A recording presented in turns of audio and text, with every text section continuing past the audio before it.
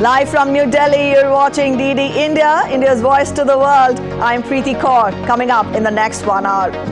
Indian Prime Minister Narendra Modi to attend the plenary session of the 15th BRICS Summit on Wednesday, to also hold bilateral meetings with fellow leaders on the sidelines.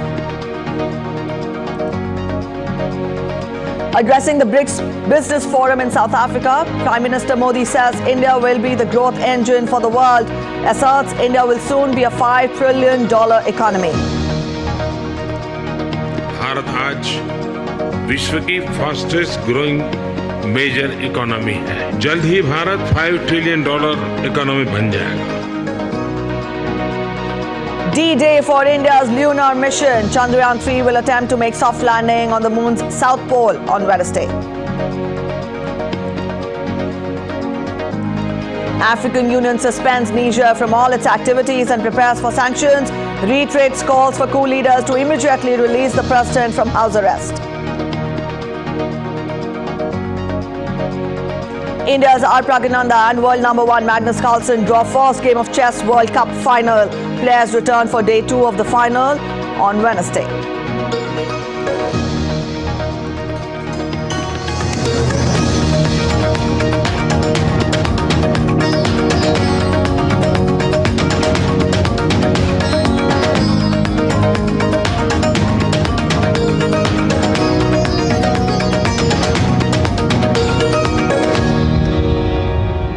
Let's begin with getting you updates on BRICS in South Africa, the BRICS Summit first.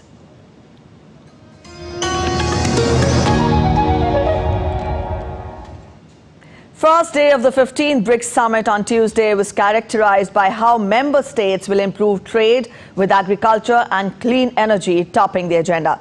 The main attraction of the day were the addresses from the BRICS leaders. Addressing the BRICS Business Forum, Indian Prime Minister Narendra Modi asserted that India will soon become a $5 trillion economy. He said that the BRICS grouping has become a platform for discussing and deliberating on issues of concern for the entire global south. Looking ahead, BRICS leaders are expected to discuss whether new members will be allowed to join the bloc.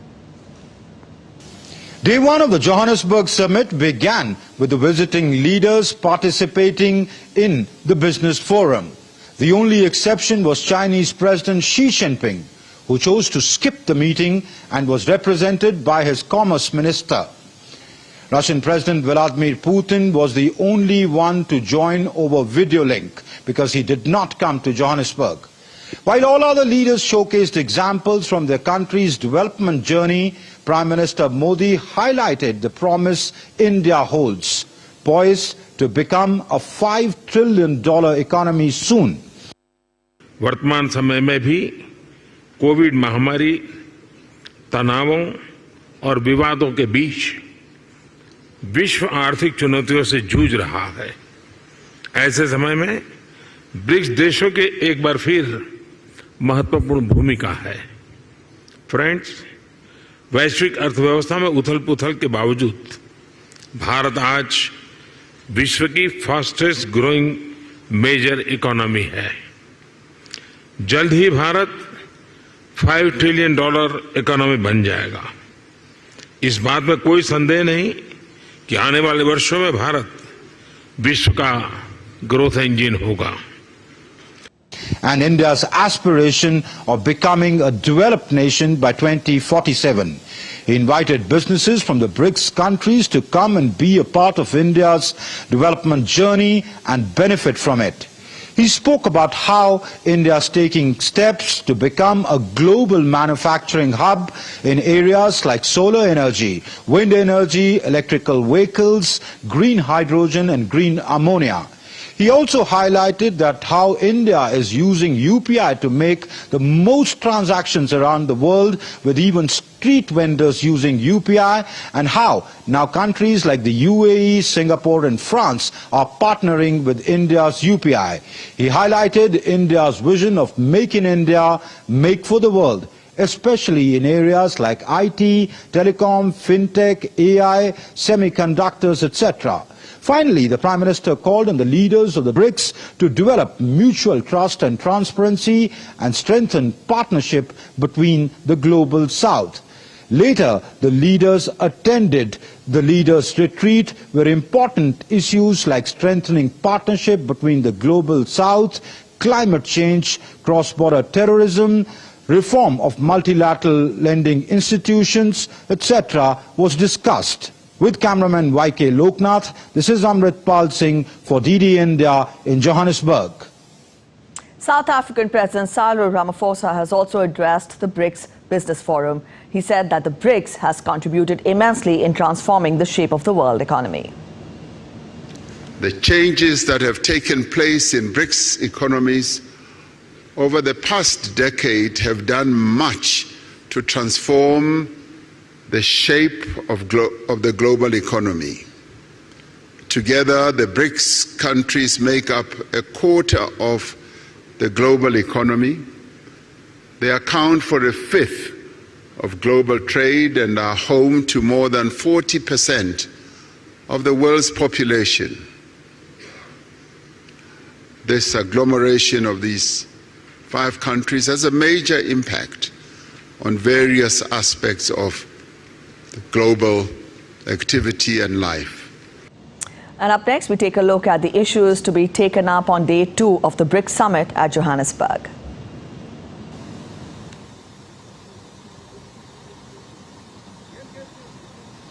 Well, day 2 will take off from where day 1 left. A host of issues will be discussed. What is the role women should have in peace processes, education and skills, how the African Free Trade Agreement can give more investment and increase economic cooperation from the BRICS countries with the African continent, reform of multilateral institutions, etc., and how, in what ways and what areas could the BRICS nations strengthen their partnership, especially the partnership between the developing countries to bring development to their peoples who in many countries live under extreme poverty as well, or sections of their populations live in poverty. So all this will be discussed. One important thing which is also controversial to an extent is the expansion of the BRICS.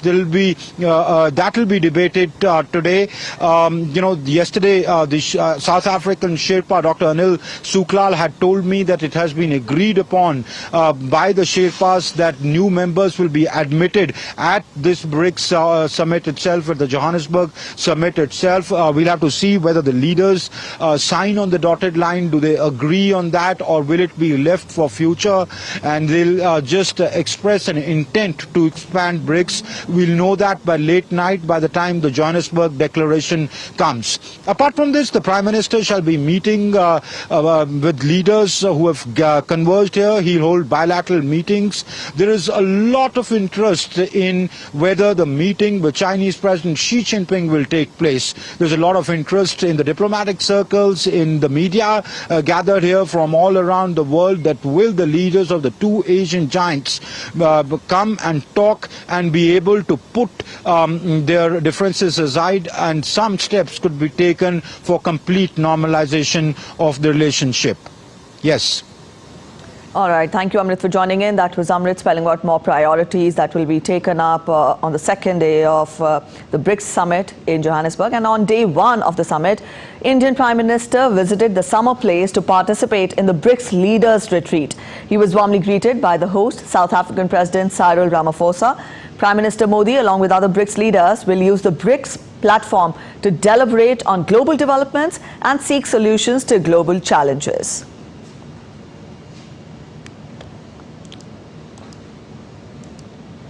Expansion of BRICS is firmly on the agenda at the Johannesburg summit. That, according to South Africa's Sherpa, Anil Suklal. He also said that BRICS leaders will be discussing new members at the gathering. DD India's Amritpal Singh reports on this. As the 15th leaders meeting of the BRICS summit kicks off here in Johannesburg, the grouping is focusing on developmental partnership with not just South Africa, which is the president this year and the host of this summit, but also by extension with the rest of the African continent.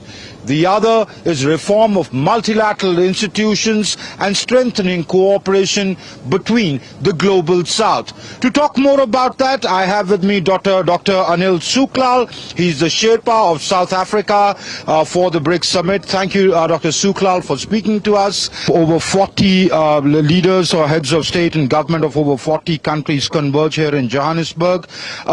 Would there be the talk of expansion of BRICS? Do you think, does South Africa think the time for expansion of this grouping has come? Well, expansion is definitely on the agenda. It is something that was already cited in the declaration of last year, where leaders asked us to start the discussion of expansion and to look at developing guiding principles, standards, criteria and procedure for expansion. South Africa has been seized with this matter. We've had several Sherpa meetings discussing expansion, and we have completed our documentation around this issue. Would the grouping be admitting new members at this summit? Most likely. Most likely. Okay. Leaders will make an announcement after the meeting. Climate change is an issue which affects the world. Would that be prominently on the agenda? Absolutely. It is prominently on the agenda. It's an issue that we are discussing, and the devastation that it has on all of our peoples, our economies, our livelihoods, and what is it we can do collectively as BRICS to address the issues of climate change, climate action, and also to ensure that the global North commits and fulfill its commitments in terms of climate financing, in assisting developing countries both with finance and technology to address issues of both mitigation and adaptation. What will be main on the agenda of the 15th BRICS Summit? In terms of the substance, of course, you've mentioned a very important point, the reform of the multilateral institutions. This is a standing item of BRICS leaders' agenda. As you know, the current multilateral global order is archaic, outdated, and almost dysfunctional, including the Security Council that's almost paralyzed and cannot address issues of global peace and security effectively. Since its outset, BRICS has been calling for a reform of global governance architecture. All right, so that sums up the updates on the 15th BRICS Summit in Johannesburg. Still to come on DD India News Hour, the Nehru Planetarium in New Delhi braces for Chandrayaan 3's landing on the moon on Wednesday. Indian Coast Guard signs agreement with Philippine Coast Guard to enhance maritime cooperation. The Indian government adds more sugar to the market to help ensure reasonable prices.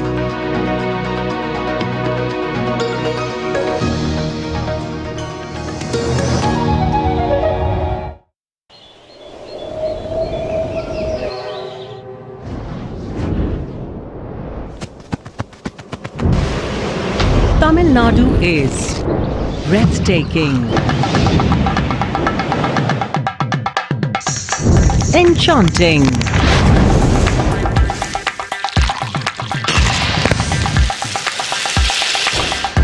divine,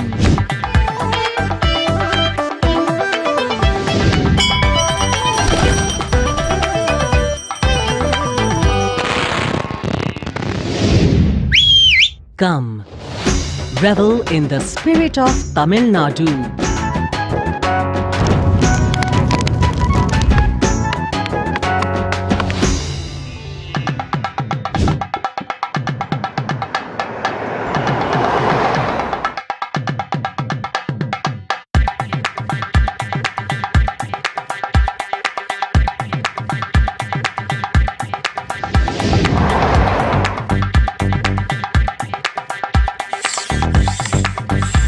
The Thalaiva of States welcomes to an experience larger than life.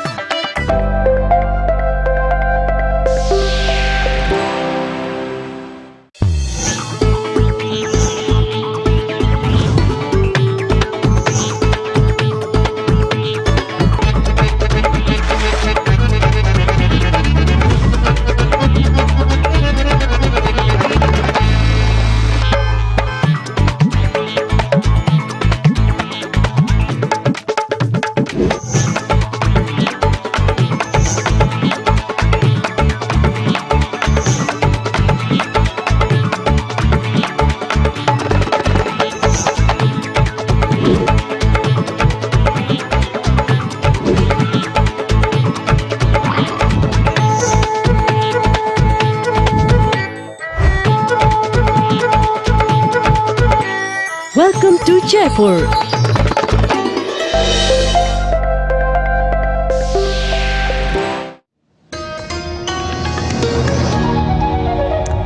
You're watching Lead India News on, and I'm Preeti. Let's get to the big news, which we will be following through the day. It is the D-Day for India's historic mission to the moon. Chandrayaan 3 will attempt to make a soft landing on the moon's south pole on Wednesday. Experts say that the final 15 to 20 minutes will be highly crucial for the success of the mission when Chandrayaan's Vikram lander will be making its soft landing. The powered descent is expected to commence around 1745 hours or 5:45 p.m. IST in the evening, while the landing will take place around 6:04 p.m. Russia's Lunar 25 spacecraft crashed this weekend, and it was also on its way to the moon's south pole. Now, this means that Chandrayaan 3 could become the first to land on the moon's dark side. This is India's third lunar mission. India says it aims to study moon's geology, water resources, and also the potential for future human exploration. You can watch the entire landing of Chandrayaan 3 live on ISRO's website, as well as on Doordarshan's national television this evening from 5:27 p.m. IST.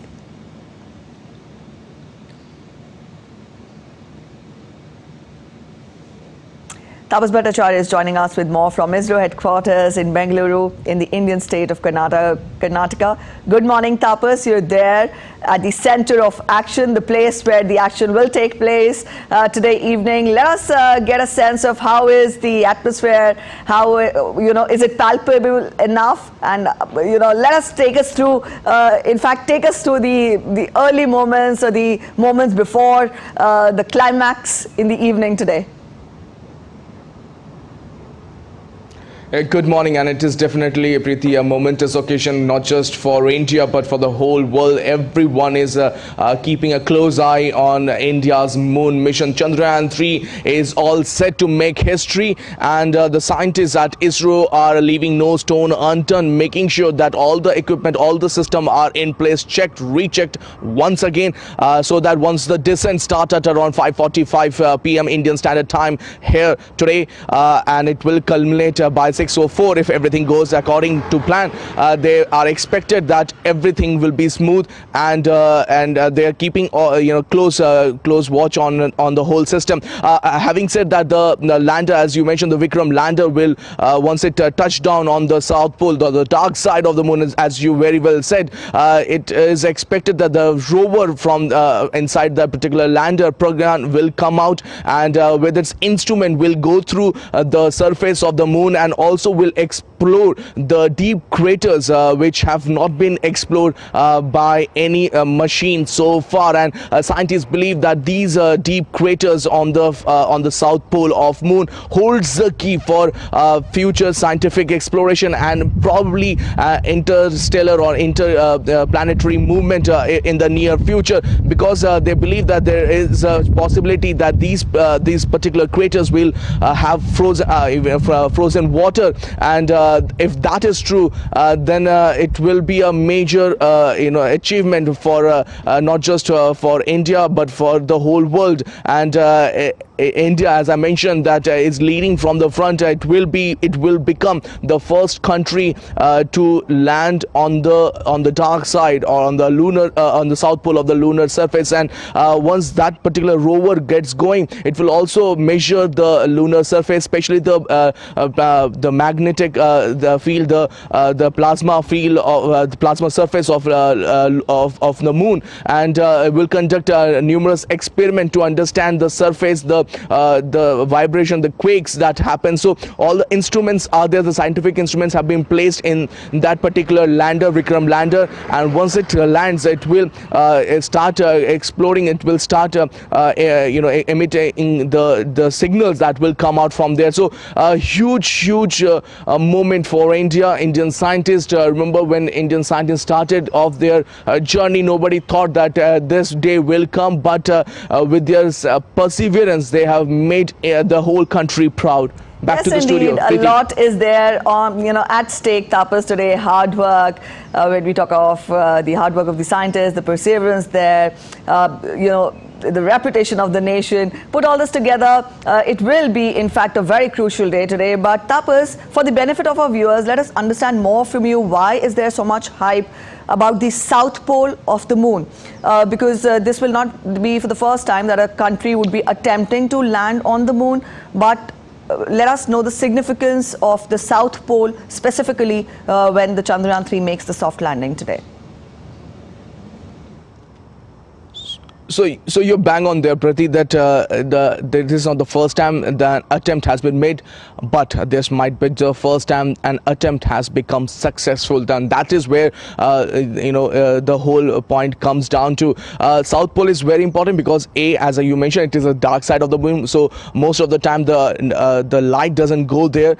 It is very this place is not explored, and there is definitely a lot of questions that have arisen from the last couple of moon missions that India has undertaken. One believe that this particular place holds the key, as I mentioned, that frozen water can be found in those deep craters. This is the place where the deep craters are, and in those deep craters one expects not just frozen water, what also expects a lot of minerals also. So an understanding of the moon is incomplete and without going into the detail about its combination, its how it came into effect and how certain minerals can be found there. So during Chandrayaan-1, Chandrayaan-2, we have seen that a lot of information came, and based on those information, this particular Chandrayaan-3 is a go ahead, and it has been developed accordingly. So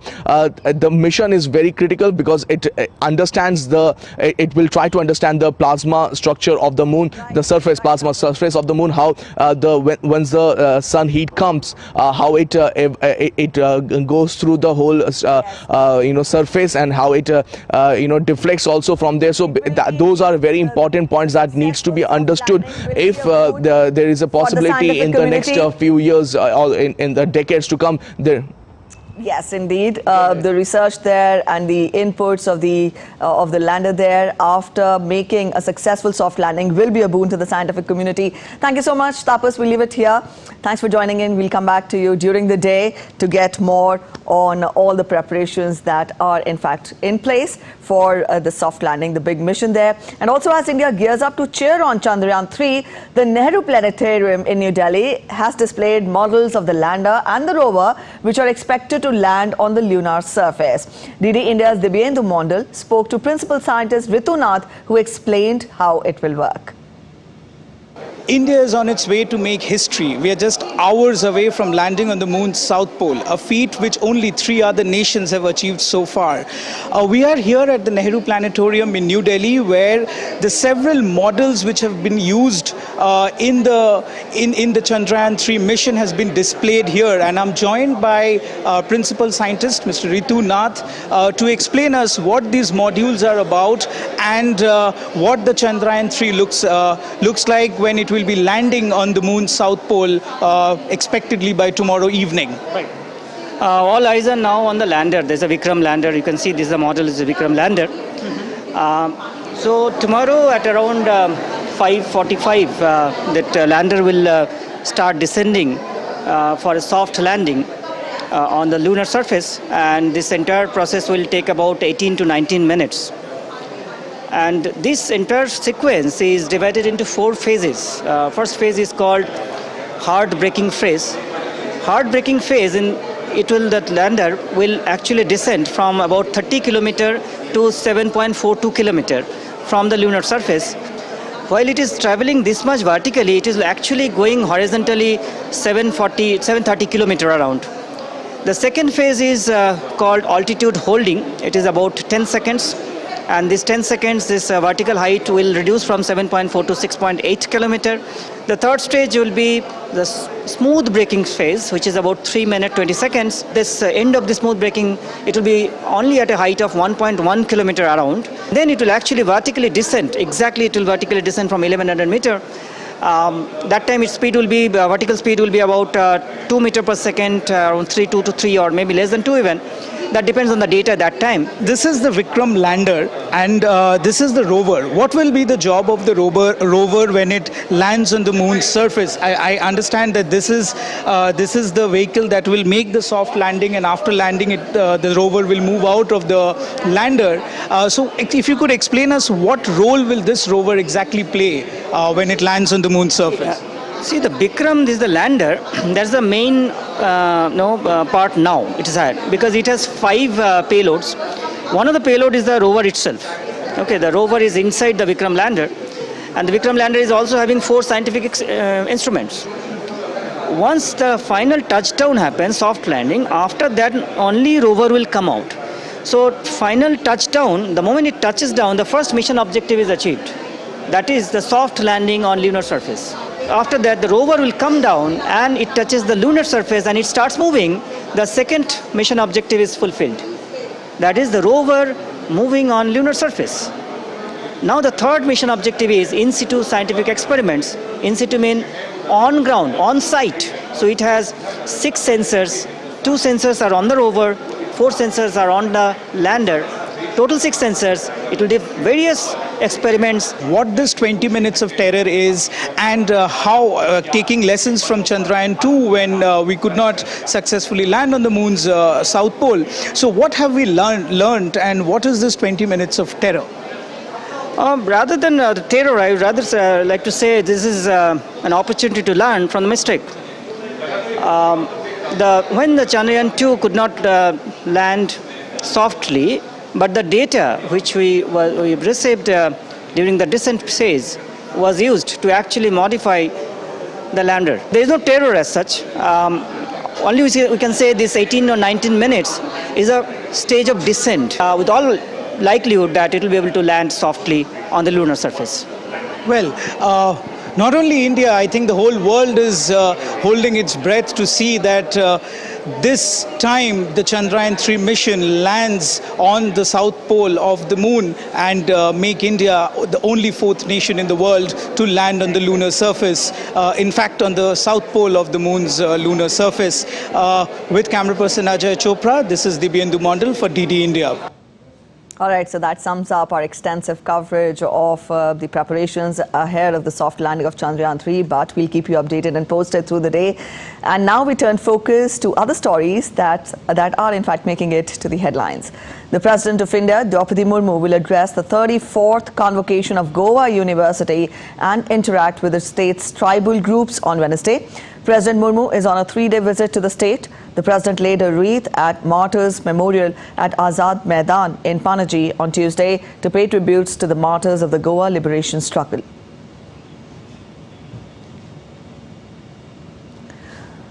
A state assembly session has been called by Governor Anusuya Ueke in the northeastern state of Manipur. The session has been called to discuss the ongoing violence in the state and explore ways to solve the issue through a peaceful and amicable dialogue.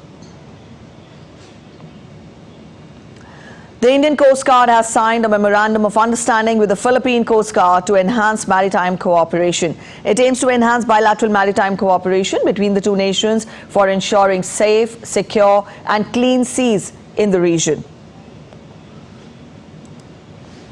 To cater to the high demand for sugar during the upcoming festive season, the Indian government on Tuesday announced an additional allotment of 200,000 tons of sugar to the domestic quota for August.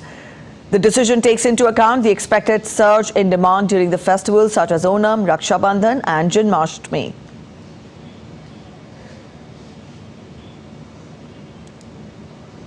And still to come on DD India News Hour, real estate tycoon Sretha Thavisin elected as the Prime Minister of Thailand. At least 16 people reported dead in central Mexico. Some 36 passengers were injured after a bus carrying migrants crashed. In a one-of-its-kind, rare species of giraffe spotted, a spotless giraffe delights visitors at BRICS Zoo in the United States.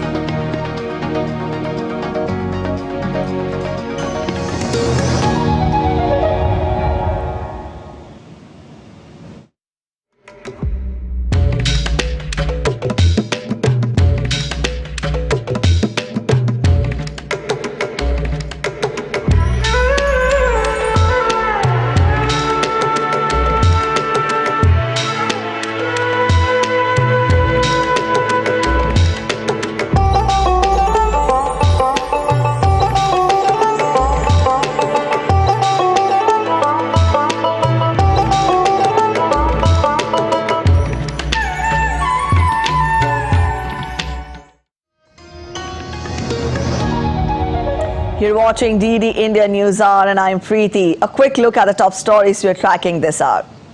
Indian Prime Minister Narendra Modi to attend plenary session of the 15th BRICS Summit on Wednesday, also set to hold bilateral meetings with fellow leaders. Addressing the BRICS Business Forum in South Africa, Prime Minister Modi says India will be the growth engine for the world, asserts India will soon be a $5 trillion economy.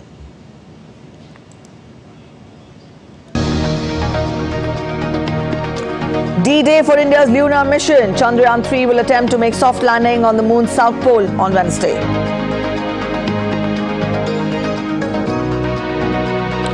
African Union suspends Niger from all its activities and prepares for sanctions, reiterates the call for coup leaders to immediately release the president from house arrest. India's R. Praggnanandhaa and world number 1 Magnus Carlsen draw first game of the Chess World Cup final. Players return for day 2 of the final on Wednesday.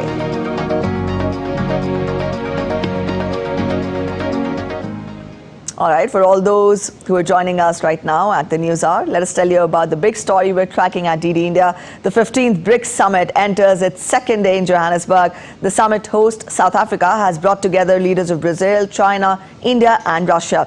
A central focus of the summit will be the possible expansion of BRICS. Leon Senegay tells us what is expected in Wednesday's discussions. The opening day of the BRICS Summit provided broad discussions on the opportunities the BRICS bloc has to offer. But the bigger discussion takes place Wednesday when the BRICS leaders converge to review the gains made so far, but also the prospects of the bloc. Expansion will be the major talking point as the bloc is becoming more attractive because of its economic strength and potential. As we celebrate the 15th anniversary of BRICS, trade between BRICS countries totaled some $162 billion last year. Foreign investment has played an important role in the growth of BRICS economies. Total annual foreign direct investment into BRICS countries is 4 times greater than it was 20 years ago. Trading cities. As many as 20 nations have formally applied to become BRICS members, some including Argentina, Egypt, Saudi Arabia and even Iran. South Africa, China and Russia appear to share optimism about expanding the bloc. India says it enters those discussions with an open mind.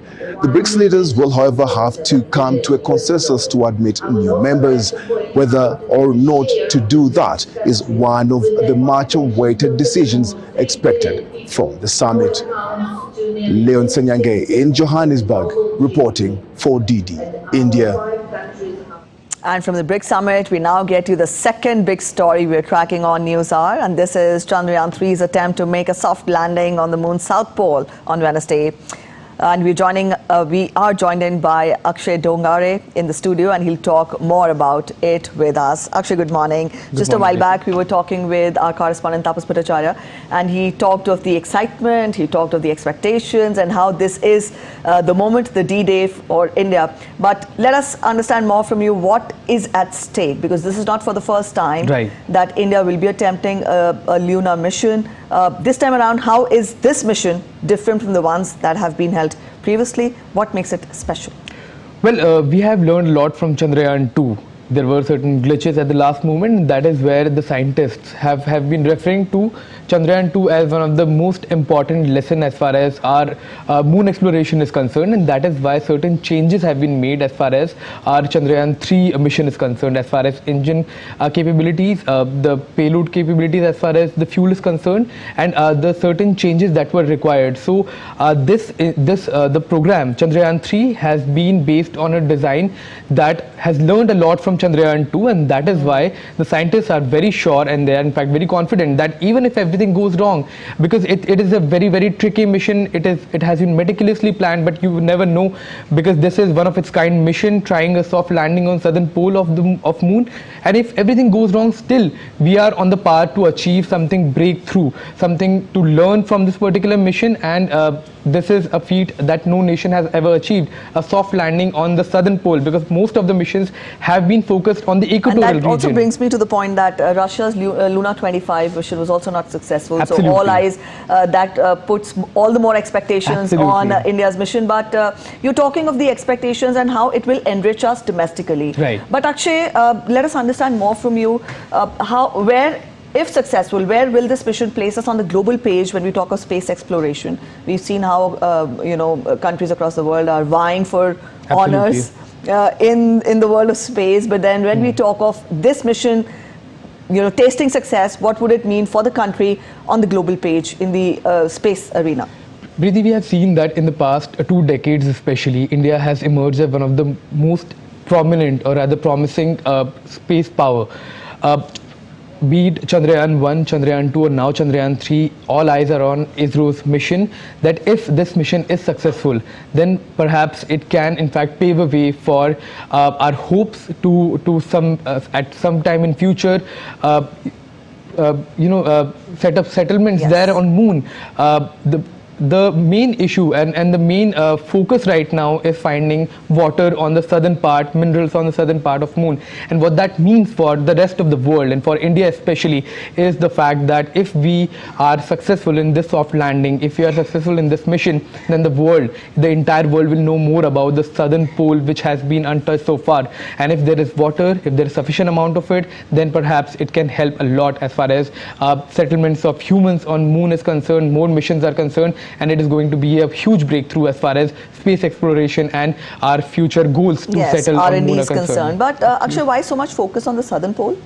Southern pole is untouched. It is considered the dark side of the moon, and as far as the possibility of finding water underground beneath the surface of moon, the highest chances is at the southern pole, and that is why it is the most difficult area as well. It has a lot of craters, it has huge trenches, it has hilly area, so landing, especially a soft landing of a lander, is very, very difficult, and that is where Chandrayaan-2 somewhat failed last time, and that is where the scientists have been focused on, because if we are able to reach at the southern pole, then the highest probability of finding water is at this area of moon, and that is why the focus, not just of India but for the rest of the world, has been on southern pole. In fact, when we talk about Luna mission that failed of Russia, it was also focused on southern part. So the entire world is now focusing on south pole, and this is where we are heading as far as Chandrayaan-3 is concerned. All right, let's keep our fingers crossed. Thank you so much, Akshay, for joining in with those inputs and with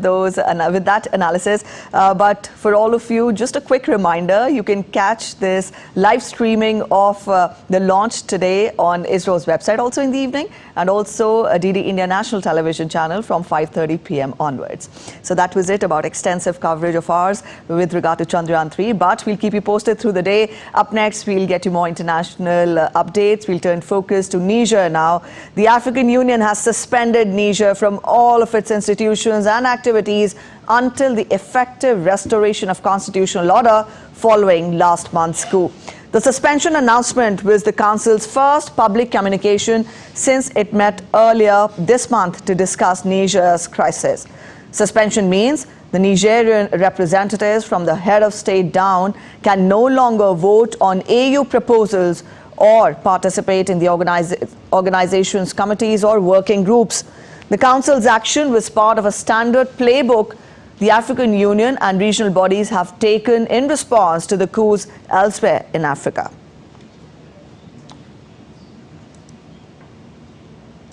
And from Niger, we now turn focus to Mexico, where at least 16 people have died in a road accident in the central part of the country. A total of 52 passengers were traveling on the bus when it collided with a freight truck.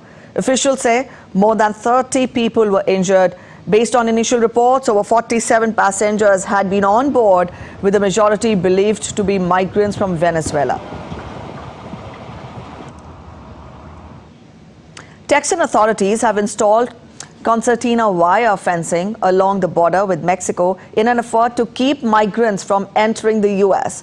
In recent months, the state has put fencing and roads along the riverbanks in a contentious effort to deter migration from Mexico. The U.S. state has also installed orange buoys in the Rio Grande River. The Department of Justice of Mexico has in fact sued Texas, arguing that Texas installed them without proper federal approvals and studies of their impact on public safety and the environment.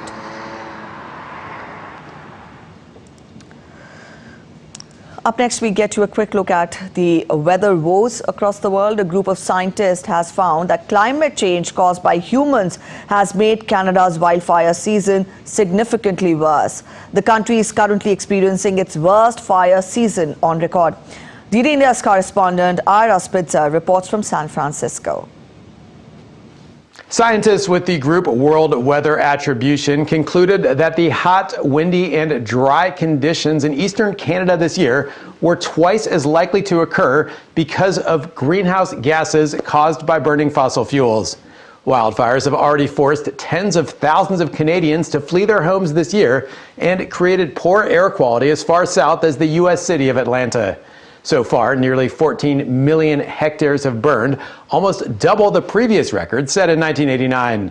Wildfires are common in Western Canada, but this year has seen fires sweep through the eastern provinces of Nova Scotia, Quebec, and parts of Ontario. The analysis focused on northern Quebec, which has seen much more wildfire activity so far this year than normal. Researchers looked at what they call the Fire Weather Index, which takes into consideration factors such as temperature, humidity, wind speed, and precipitation. The authors then used computer models to compare the real world with a hypothetical one that hasn't been transformed by decades of greenhouse gas emissions caused by burning fossil fuels. The report estimates that eastern Canada now has a 4 to 5% chance in any given year of experiencing high fire risk conditions as bad or worse than this year's. It also found that climate change made the severity of Quebec's fire season through July about 50% more intense. The research hasn't yet been through the peer review process. World Weather Attribution scientists typically publish their findings shortly after extreme weather events. Ira Spitzer, reporting in San Francisco for DD India.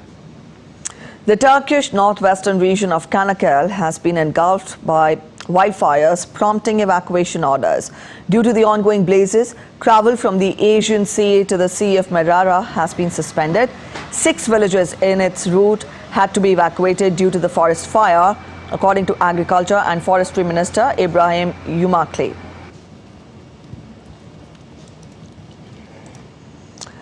As a wildfire rages through the western town of Lak near Albania, firefighters and the army battle to keep the flames away, threatening the homes. Despite the deployment of 50 soldiers, officials say that the challenging terrain makes it difficult to put out the fire. Albania has charged 14 individuals with starting wildfires in July alone, an offence that carries a maximum 15-year prison sentence. Also in the U.S. state of Washington, firefighters are battling 2 massive blazes, burning more than 20,000 acres of forest and damaging more than 100 buildings. The Oregon Road fire has burnt more than 10,000 acres, posing a threat to more than 1,000 homes. According to the Northwest Interagency Coordination Center, 85% of the region's wildfires this year have been caused by humans.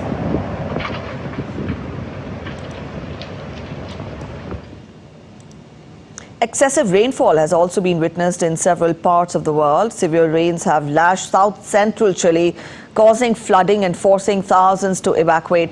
President Gabriel Boric announced a state of emergency in 4 provinces, and several people have reportedly been killed. The National Disaster Prevention and Response Service says there are around 38,000 people without electricity.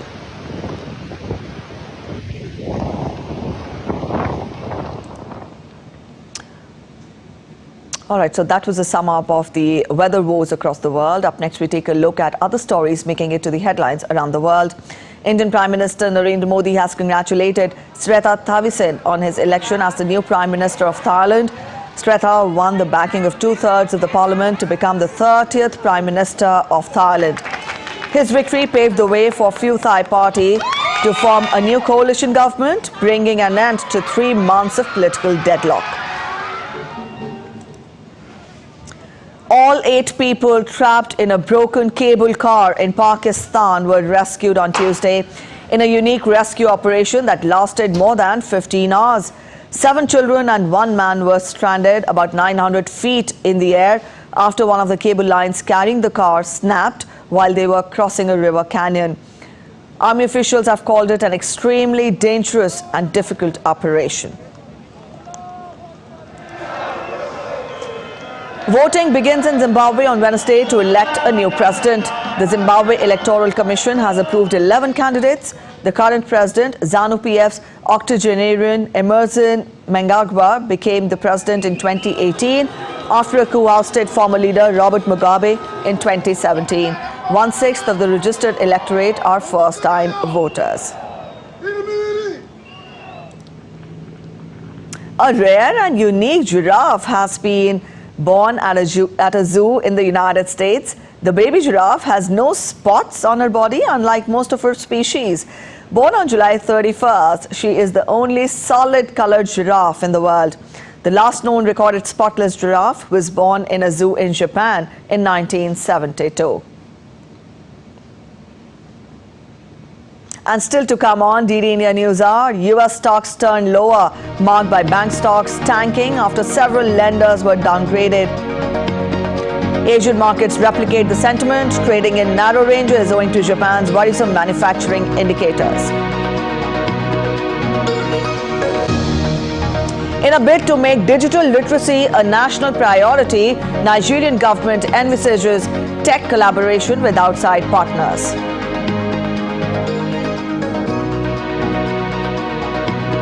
Apart from chess, eyes on India's performance at the Badminton World Championships, where Lakshya Sen will now play the 3rd round on Thursday.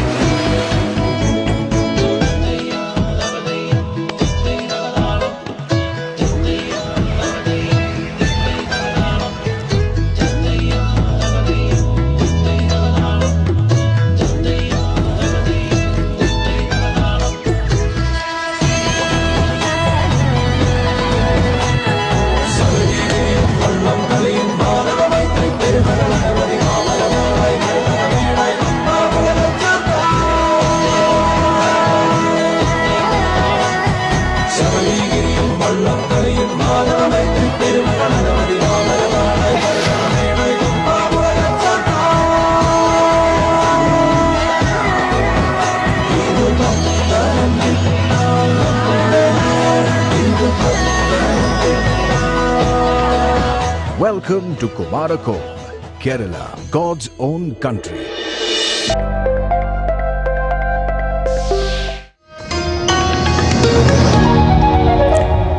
You're watching DD India News Hour and I'm Preeti. Let's take a look at business updates now.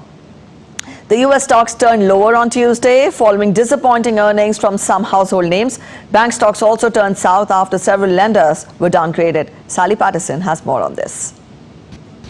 In the latest blow to the US banking sector, S&P Global Ratings has downgraded 5 banks. This comes just 2 weeks after Moody's Investors Service downgraded several lenders and said it was reviewing ratings on some bigger banks as well.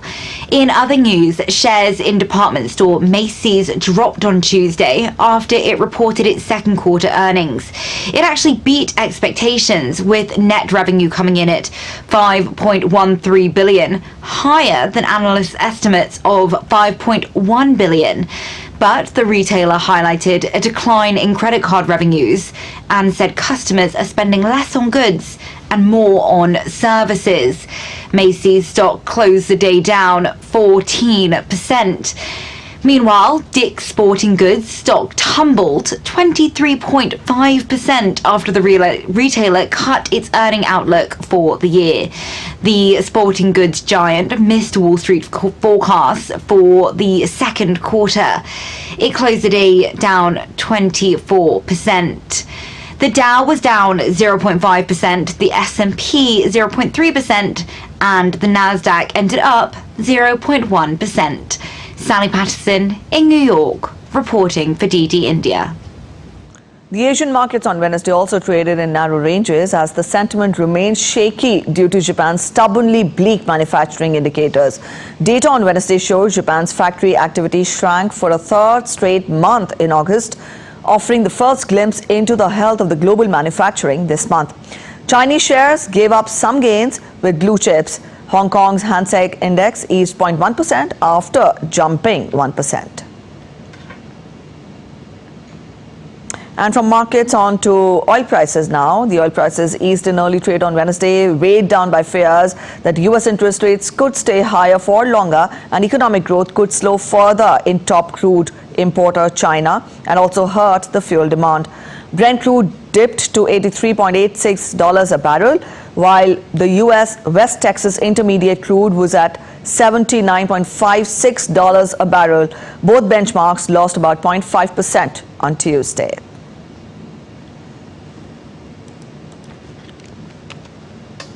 The digital divide between people who have access to the internet and those who do not can often mean the difference between finding a job or not. We now turn to Nigeria, where youth unemployment is at a record high and where digital skills and access to broadband have never seemed so vital. Our correspondent Tesem Ekende reports on this. 80 million people are out of work in Nigeria. An estimated 30 million don't have access to the internet at all. Creating more jobs and getting more people online is now an urgent national priority. That's why the government is partnering with global tech giants to train up young people and boost the digital economy. Tech is the future, so I've come to learn to cement my future. People who are into different niches in tech will be able to get jobs, so thereby reducing unemployment in different sectors in the tech space. I'm aiming to be one of the people who will be able to get a job. But it's not an easy road even for these hopeful IT students. Nigeria's constant power outages and even the cost of getting your own computer are common obstacles. I'm really willing to learn a digital skill no matter what it takes. But the challenges around it is the data consumption, getting a laptop or a computer to start up, and then getting the needed money or the needed fee for registration at the hub is actually another challenge that we're facing. Still, the Nigerian government insists tech collaboration with outside partners will bring both jobs and longer-term investments. Google, along with other international tech companies, is helping Nigeria to create tens of thousands of new digital jobs. And there is grant money available, even if some are skeptical over how long the partnership will last. There must be a sincere collaboration, between Google and key stakeholders for the initiative to really thrive, or to see that it works. Because else, I think it's not the first time. No, we need to be really sincere about this. It's not the first time we're hearing Google, Facebook, whoever coming to create jobs opportunity. But at the end of the day, we don't really see those things. Experts say outside investment only goes so far if Nigeria's digital public infrastructure is weak. For innovation to really thrive in any emerging economy, three critical ingredients needs to be, really seriously taken into consideration. One is power. Second is infrastructure. Infrastructure, like for example, something like this, where young people can actually, converge as a community to learn. And the third is internet, access to the internet. So how cheap is the internet? How accessible is the internet? These are the three key, ingredients that you need to really have if you're really serious about building, your digital economy, or you're really thinking of building the capacity of, young people. Nigeria's government, though, insists it's serious about investing in the country's digital infrastructure to support job creation. It says it is increasing internet reach and use by at least 90% across the country by 2025. The president has also signed legislation that allows state governments to license and regulate electricity markets as a measure to end unstable power supply in the country. Those efforts should lead to more digital prospects for Nigeria's young people. And many here hope that creating more jobs will also create an atmosphere of stability. Tesum Akende in Jos, reporting for DD India. And now we turn focus to sports updates, getting you first the updates from the world of chess. The first game of the FIDE World Cup final between India's Praggnanandhaa and world number 1 Magnus Carlsen ended in a draw after 35 moves. Both the players will return for game 2 of the final today. If the match is not decided in the second game, then the tiebreakers will set in. Praggnanandhaa had stunned world number 3 Fabiano Caruana on Monday via the tie-break in the semi-finals to set up the clash with Carlsen.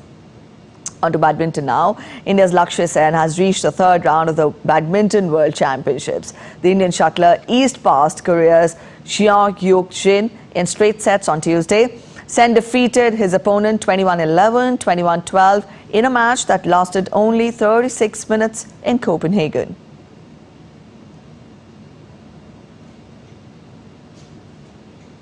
That's it in this edition of DD India News Hour. But let us know your thoughts on the news of the day. You can connect with us on Facebook and X, which is also formerly known as Twitter, and also Instagram. We'll be back with more news as it breaks here on DD India. I'm Preeti Kaur signing off, and from all of us here in Delhi, thanks for watching DD India News Hour.